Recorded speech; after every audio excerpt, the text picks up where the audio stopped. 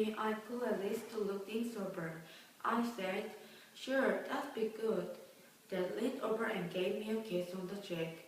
Have a great day, Jake. I went into the office and asked Mrs. Drinkwater for permission to go to my room before the first bell. Mrs. Drinkwater is the school secretary.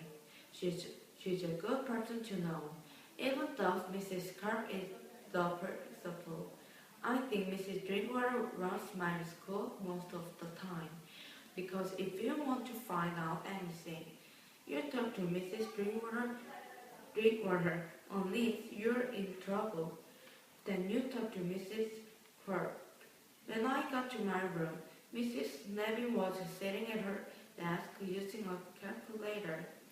I guess my shoes were too quiet, because when I said, Mrs. Neville, she jumped about the foot and let out this little scare.